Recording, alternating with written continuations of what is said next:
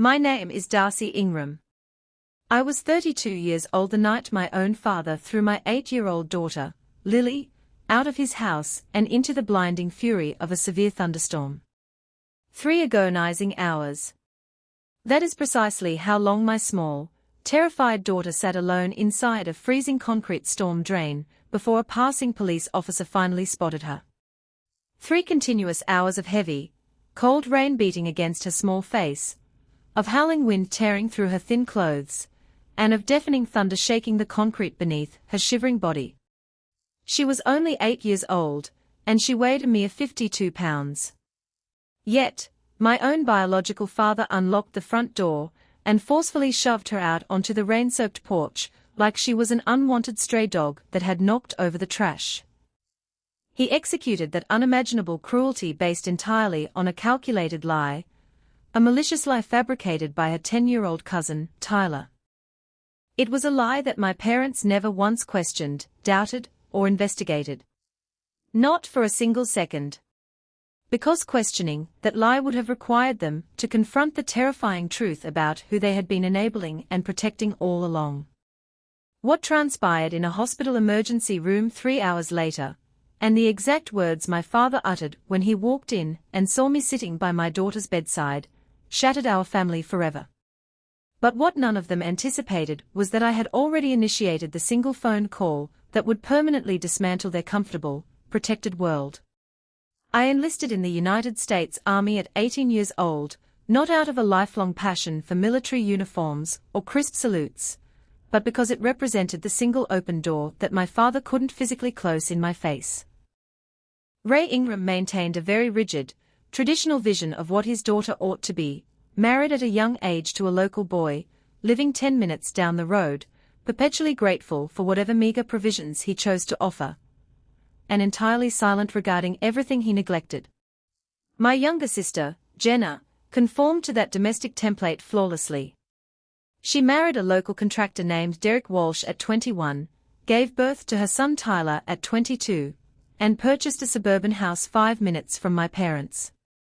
My father beamed with immense pride at her wedding, looking as though he had single-handedly won a lottery. I, on the other hand, chose ROTC, progressed to officer candidate school, and earned a commission as a logistics officer stationed out of Fort Campbell, Kentucky. Every single step I took that carried me further away from his household was met with a heavy, suffocating silence from my father.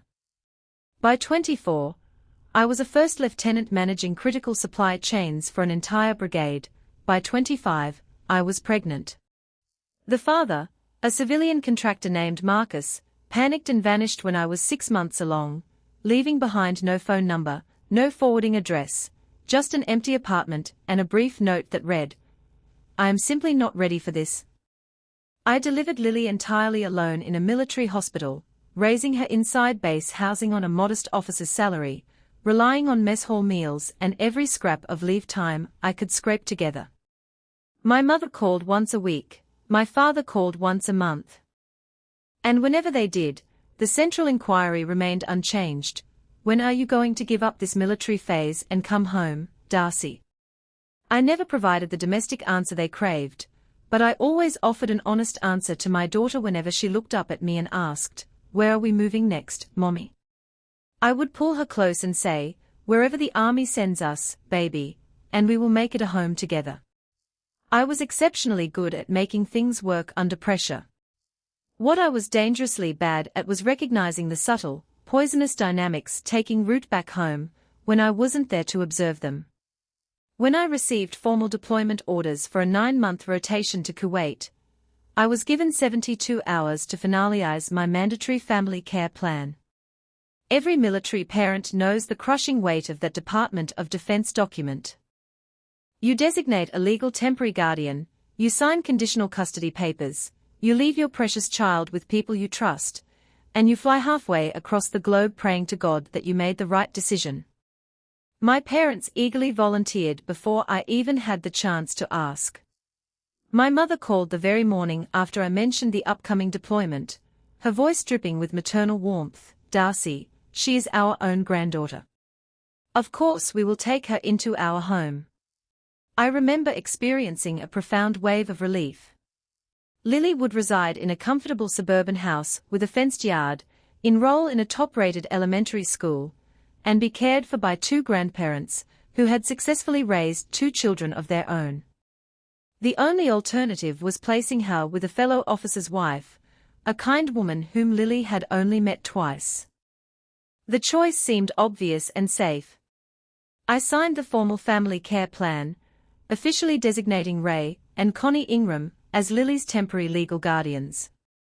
I arranged an automatic monthly bank transfer of $1,200 directly into my father's checking account to cover her groceries, clothing, and school supplies. My father never acknowledged the money, and I later discovered he kept its existence completely hidden from my sister Jenna. Jenna's son, Tyler, practically lived at my parents' house already. He had his own designated bedroom, his own toothbrush in the bathroom holder, and a closet filled with clothes.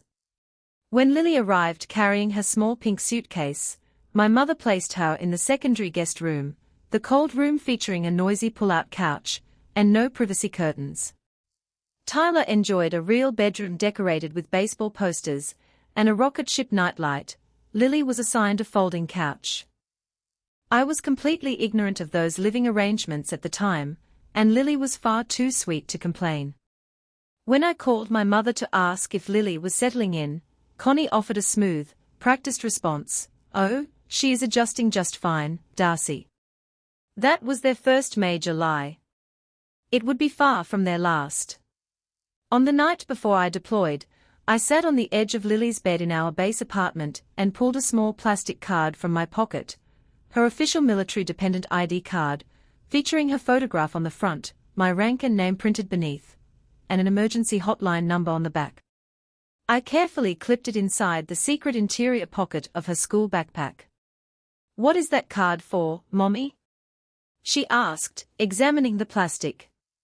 "This card tells anyone who finds you that you belong unconditionally to me," I explained, placing her small hands over the pocket.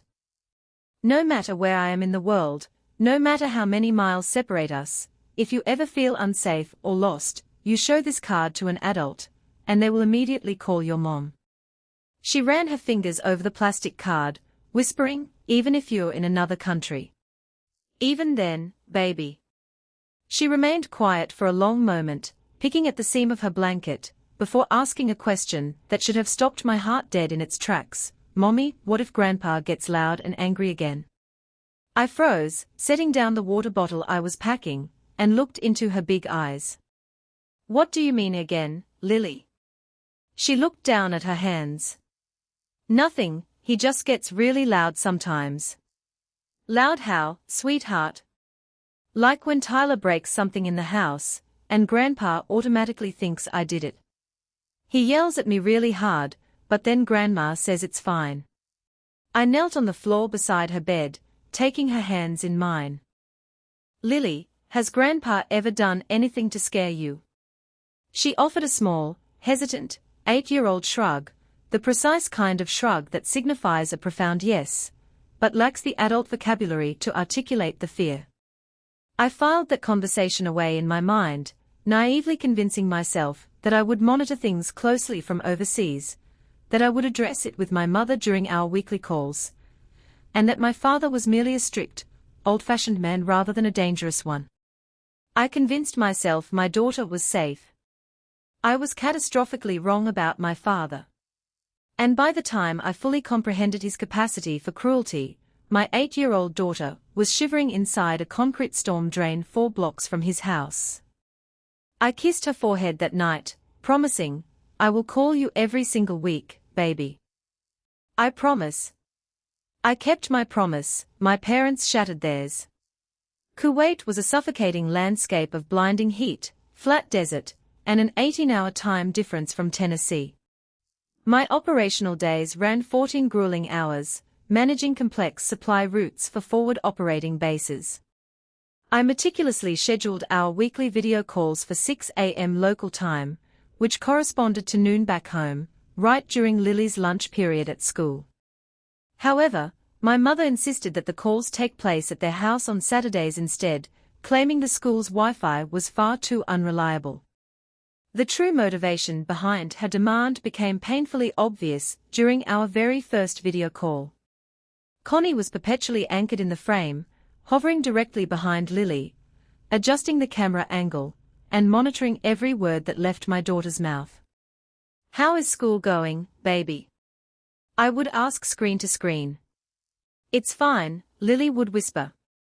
"What did you do today?" "Stuff." "Are you and Tyler having fun together?" A long, uncomfortable pause would follow before she murmured, "I guess so."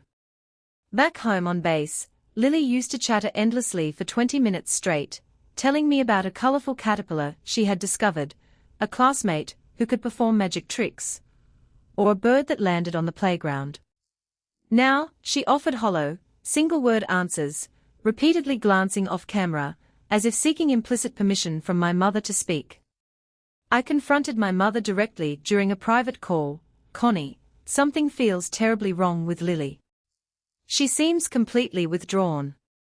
My mother waved her hand dismissively over the camera feed. "Darcy, she is simply adjusting to a new household routine. All children act slightly withdrawn when their routine changes. She just needs time. Can I please speak to my daughter privately next time, without you standing in the room?" I requested firmly.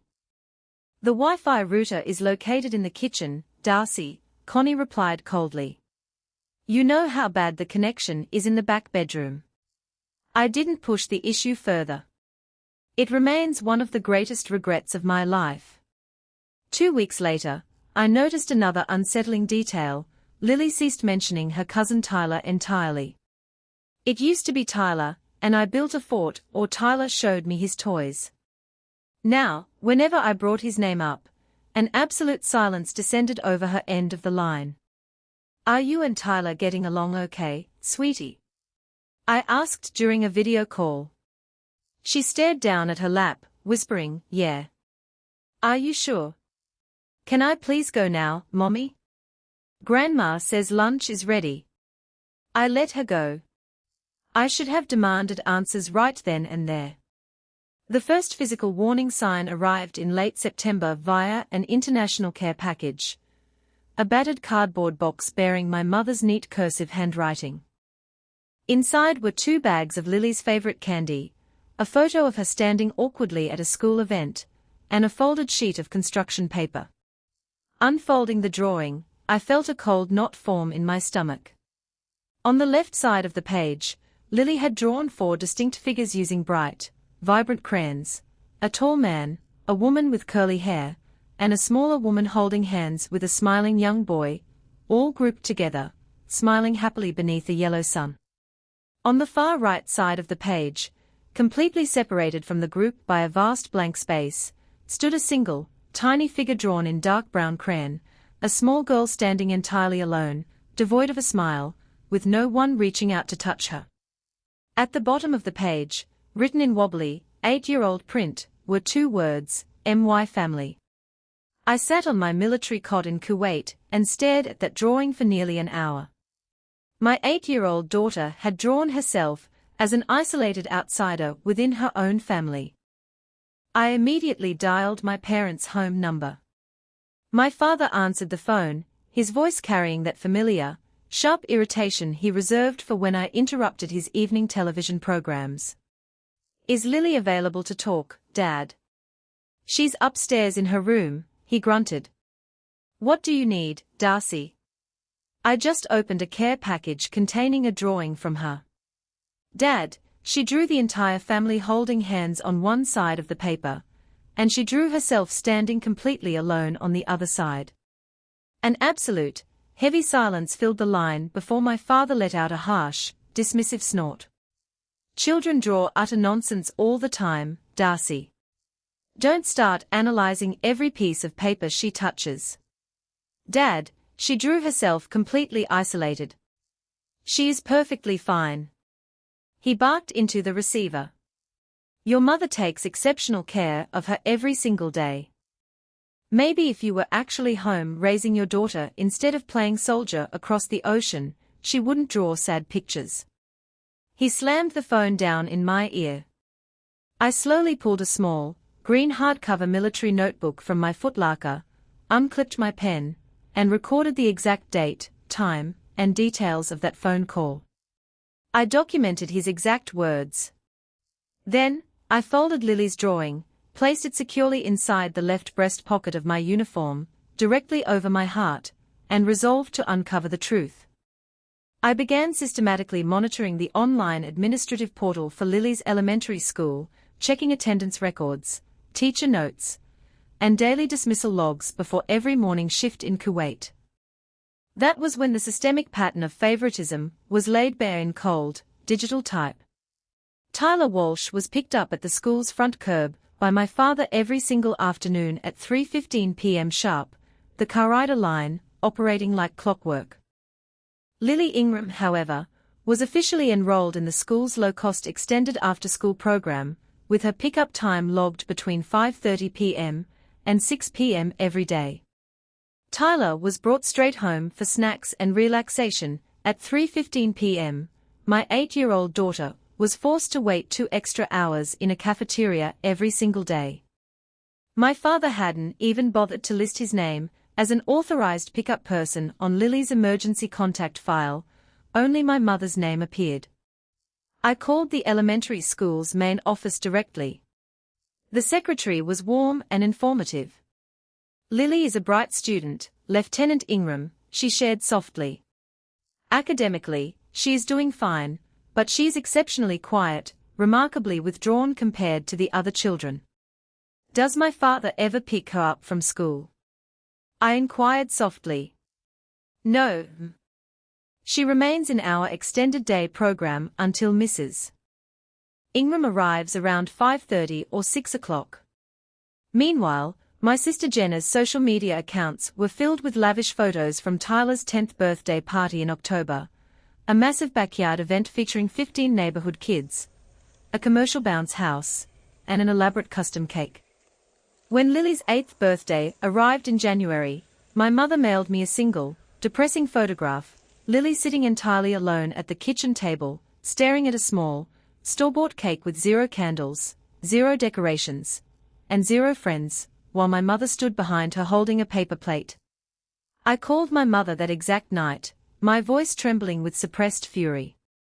"Why was Lily's birthday treated so drastically different from Tyler's party, Mom?" Connie offered a cold, defensive sigh over the line. "Darcy, we had already expended a significant amount of money that month, and Lily explicitly stated she didn't want a loud party. She is an 8-year-old child, Mom. What 8-year-old doesn't want a birthday party? Tyler lives here permanently as part of this family," my mother stated, her voice dropping into a terrifyingly matter-of-fact tone. "Lily is merely temporary." Temporary. She uttered that devastating word, as if it were an undeniable physical law rather than an emotional dagger. And in that precise second, I realized that inside my parents' household, my daughter was treated as an inconvenient, secondary guest, while Jenna's son was cherished as the true grandchild. That very night, sitting at the signal terminal at 3 a.m. in Kuwait, I drafted an official military hardship reassignment request. It was a formal 2-page document, single-spaced, relying strictly on verifiable facts. Department of Defense regulations explicitly permit an officer's early return from overseas deployment when family care plan conditions undergo a material, detrimental shift.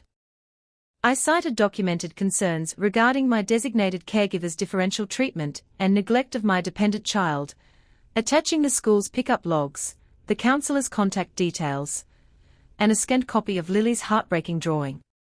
My commanding officer, Colonel Barrett, reviewed the formal filing the following morning. He called me into his office, looked me dead in the eyes, and asked, "Lieutenant Ingram, is your daughter safe in that house?" "I honestly don't know, sir," I admitted, my voice tight. "And that is precisely why I need to go home."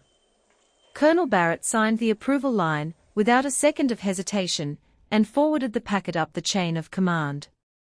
Next, I contacted Captain Elena Rivera, a sharp JAG Corps attorney stationed at Fort Campbell whom I had served alongside years prior. Rivera, I need informal legal guidance regarding a family care plan, I stated urgently over the encrypted line. My designated caregivers are displaying severe favoritism and emotional neglect toward my daughter. I need to know my legal leverage. Rivera's response was immediate and clinical. Document every single anomaly, Darcy. Download school records, archive text messages, log times and dates. If this escalates into a formal custody or child welfare battle, you need an ironclad paper trail that established a pattern of neglect long before any acute crisis occurred. There hasn't been an acute crisis yet, I noted. Then you are ahead of the curve, Rivera replied firmly. Keep it that way. I spent the next 8 weeks meticulously assembling an airtight evidentiary file, logging every phone call, archiving every cold text from my mother, and securing official statements. I kept my pending early reassignment completely secret from my parents and my sister. But 3 weeks before my official travel orders cleared, my nephew Tyler uttered the malicious lie that would ultimately shatter my family forever.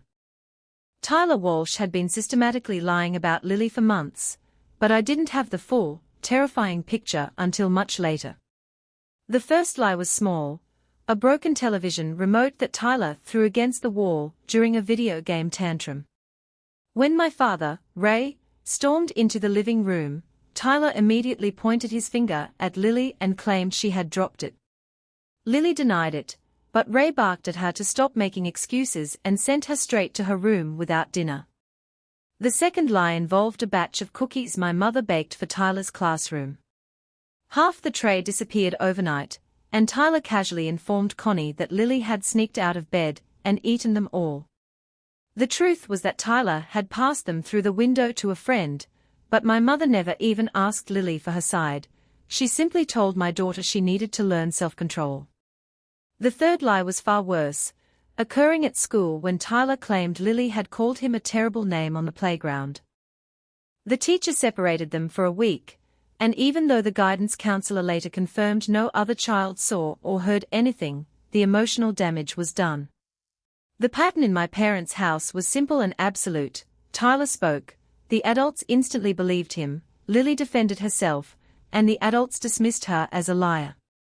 My mother even warned Lily not to be a tattletale, claiming nobody liked a child who made up stories. So my 8-year-old daughter simply went silent, retreating into her drawings because paper was the only thing that didn't yell at her. I learned the deeper details from Mrs. Gail Patterson, the elementary school counselor, who had been meeting with Lily once a week since November.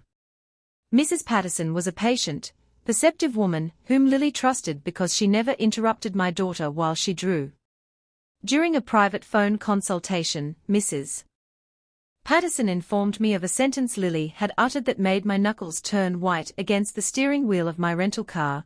Grandpa told me I'm not a real Ingram. Those were my daughter's exact words.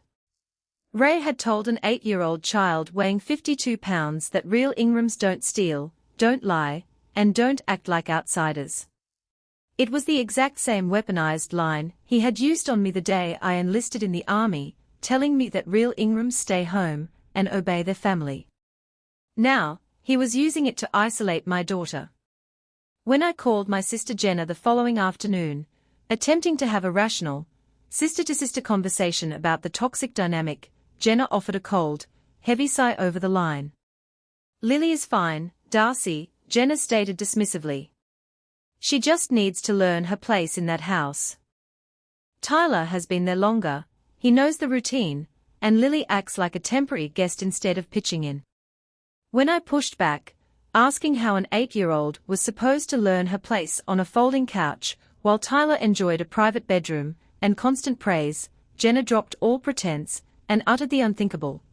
Honestly, Darcy, I told Mom and Dad that you should just let them formally adopt Lily. You're never here anyway, and she needs a real, structured family environment. My throat closed up from pure, unadulterated fury.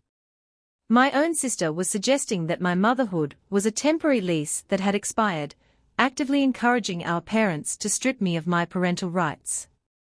That was the precise night I decided that when my early deployment return cleared, I was coming home armed not with physical weapons, but with irrefutable legal paperwork. 3 weeks later, my early reassignment orders came through, approved by Colonel Barrett. I landed at Nashville International Airport, rented a car, checked into a quiet hotel 12 minutes from my parents' house, and immediately called JAG Captain Elena Rivera. Rivera instructed me to refrain from confronting my parents at their front door immediately, warning me that a sudden confrontation would allow my father to play the victim, accuse me of being an unstable soldier, and claim I was recklessly attacking the family who had stepped up to care for my child. She advised me to spend the weekend gathering official, daylight documentation from the school and neighbors, and she promised to file the formal family care plan revocation first thing Monday morning at 9 a.m. The next morning, I met with Mrs. Patterson at the elementary school, where she handed me a thick manila folder containing 6 months of Lily's drawings arranged in chronological order. The progression was heartbreaking. In September, Lily drew herself smiling beside Tyler. By November, a noticeable gap appeared between her figure and the rest of the family. By January, she drew Tyler's birthday party full of bright colors and people, while in the bottom corner stood a tiny girl in dark brown crayon with a massive X drawn over her body, and by February, she drew only 2 people, a small girl and a tall woman in an army uniform holding hands, captioned with the wobbly words, "What I want." Mrs. Patterson noted that Lily had completely stopped drawing her grandparents after December.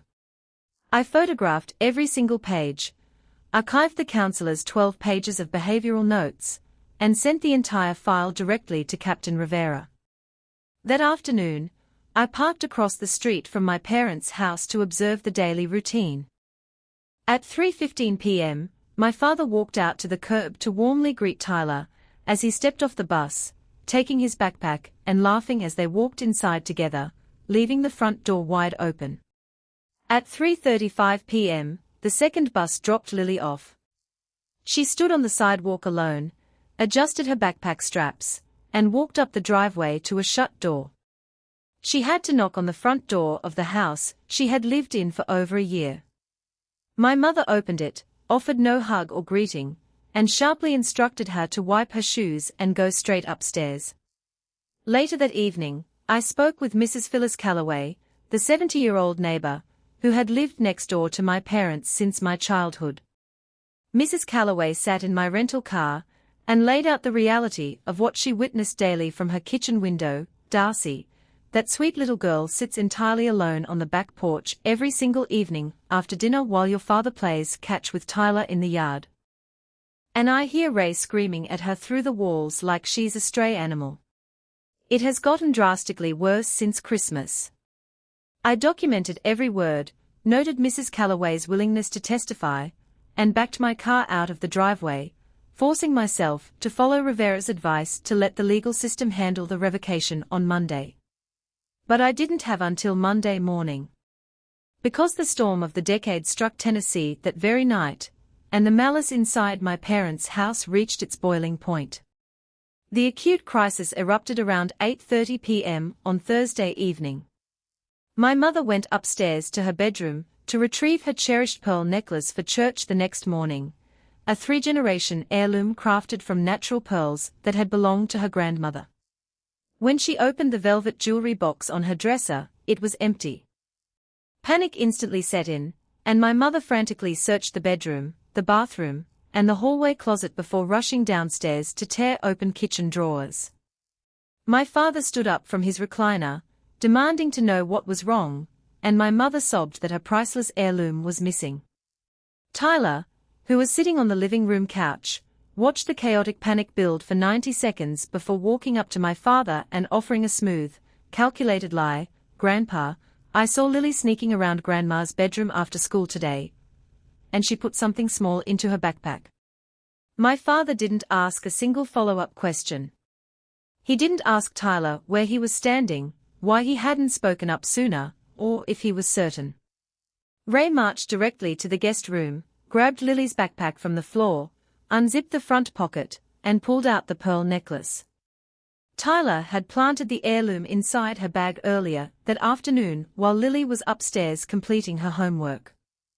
The 10-year-old boy had taken the necklace from the velvet box, slipped it into her bag, zipped it shut, and returned to watching cartoons, fully aware of the explosion that would follow.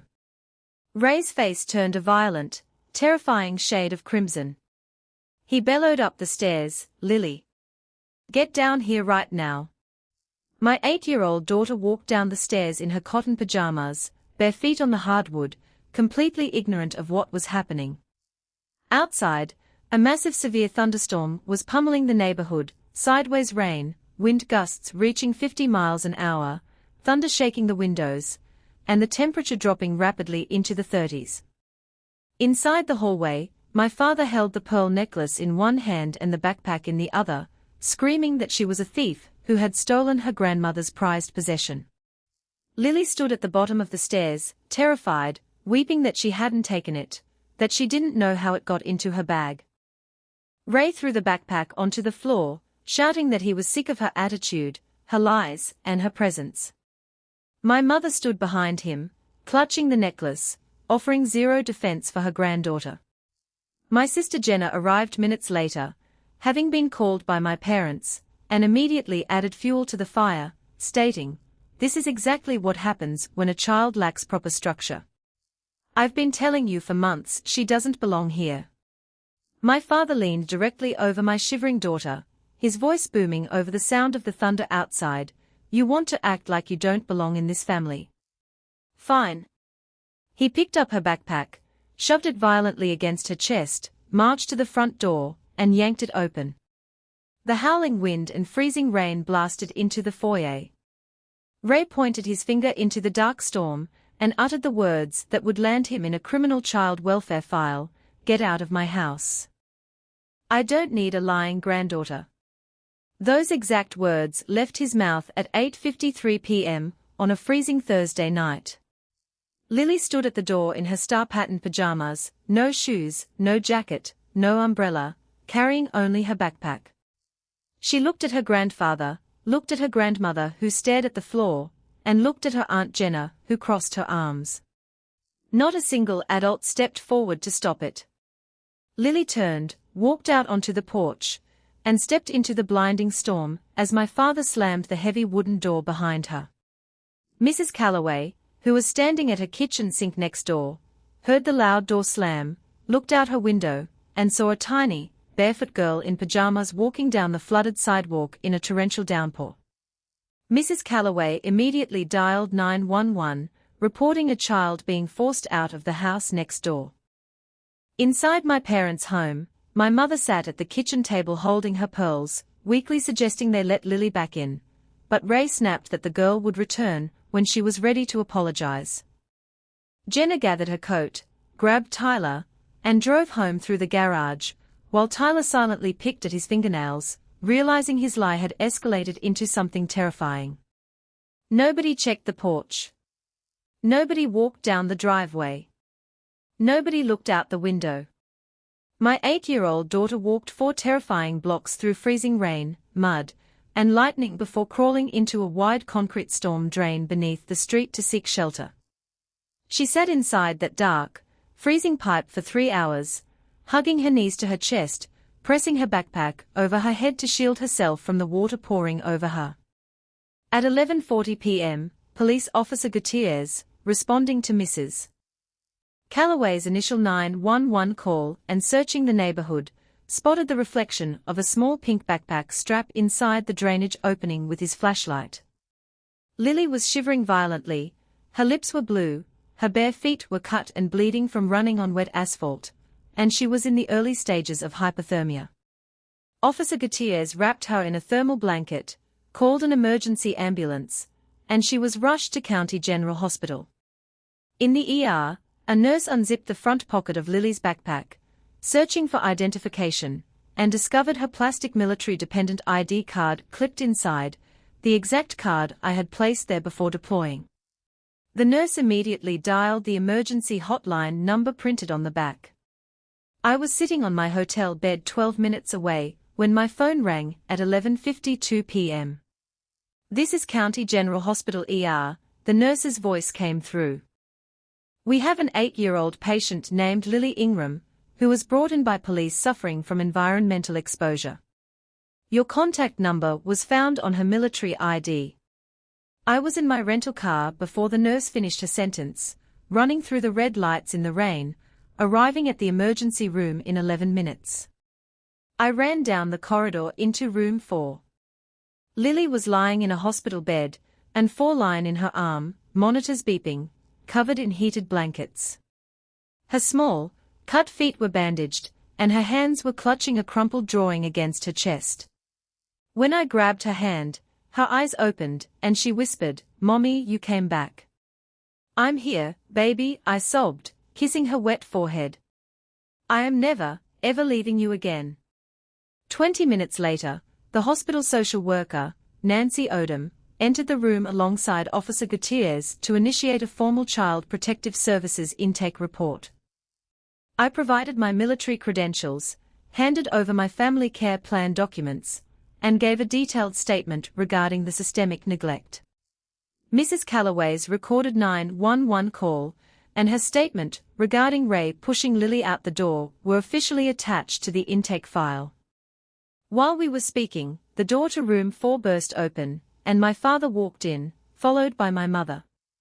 Ray saw Lily in the hospital bed, saw the 4 lines, and then his eyes locked onto me sitting in the chair wearing my army jacket with my rank and last name stitched over the pocket. The color completely drained from his face. His hands began to tremble violently. "Darcy," he stammered, backing up a step. You're supposed to be in Kuwait. How are you here?" "I've been back for 2 days, Dad," I said, my voice dangerously quiet. "I came back for my daughter."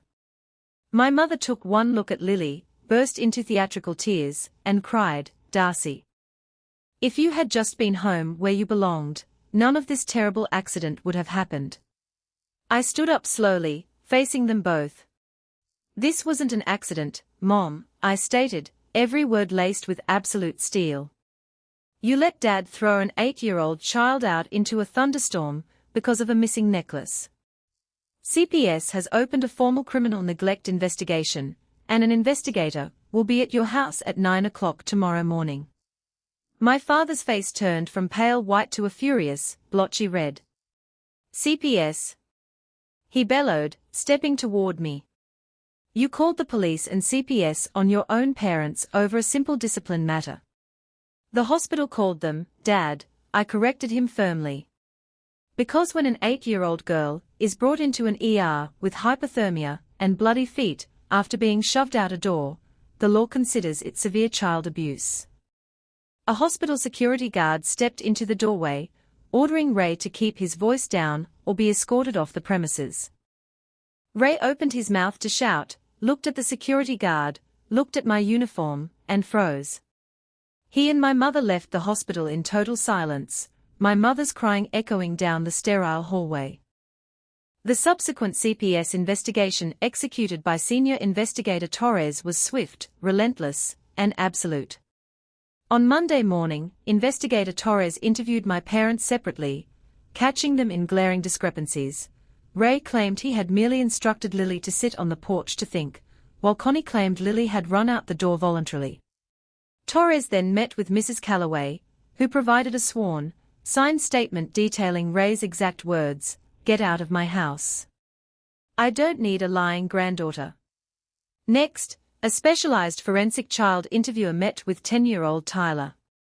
Under gentle, skilled questioning, Tyler broke down in tears and confessed everything, admitting that he had taken the pearl necklace from his grandmother's dresser and planted it in Lily's backpack, because his mother, Jenna, had explicitly told him that if Lily got into enough trouble, my parents would send her away permanently and everything would go back to normal. When confronted with her son's taped confession, Jenna panicked, attempted to claim Tyler was lying, and stormed out of the building with her attorney. On Wednesday afternoon, a mandatory emergency CPS hearing was convened at the County Juvenile Court building. Investigator Torres presented her final findings: a substantiated report of severe child neglect and endangerment against Ray and Connie Ingram, a documented pattern of psychological isolation, and a recommendation for an immediate, total revocation of their temporary guardianship. Captain Rivera presented my military family care plan revocation, my hardship reassignment orders, and my petition for immediate, exclusive physical and legal custody. The juvenile court judge signed the emergency custody order on the spot, restoring full, absolute legal guardianship of Lily to me, while placing a temporary restraining order against my parents and my sister.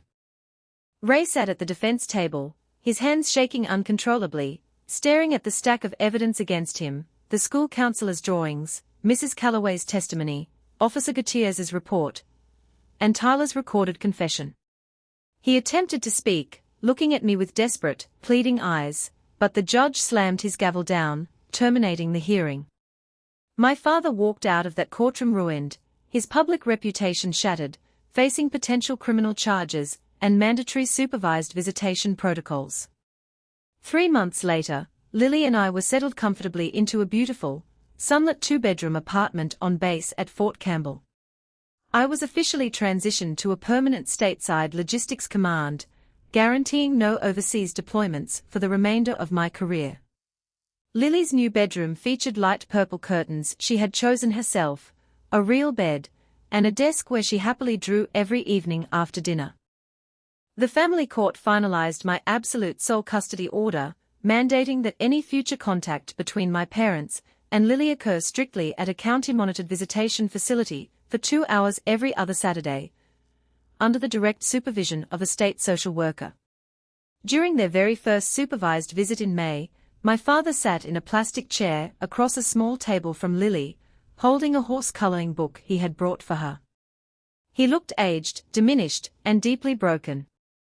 He sat there for 2 hours, softly asking her about her school art projects, never once raising his voice, never mentioning Tyler, and never uttering the word lie again. When the session ended, he stood up, looked at Lily with tears in his eyes, and whispered, "I'll see you in 2 weeks, Lily." She offered a polite, calm nod and said, "Okay, Grandpa." He walked out to the parking lot and sat inside his truck for 20 minutes, weeping quietly before driving away. Jenna's husband, Derek, upon returning from his offshore oil rig and learning the full, horrifying truth of how Jenna and Tyler had framed my daughter, forced Jenna and Tyler into mandatory family counseling, while Jenna remained entirely alienated from my life. I spent years believing that being a good mother meant trusting my family, keeping the peace, and hoping that people would eventually do the right thing. I was wrong. Being a mother meant having the absolute, unyielding courage to stand up, execute hard boundaries, gather the facts, and burn down any house that dared to harm my child. As I sat on the porch of our new home watching Lily play happily in the yard under the clear afternoon sun, I held her small military-dependent ID card in my hand.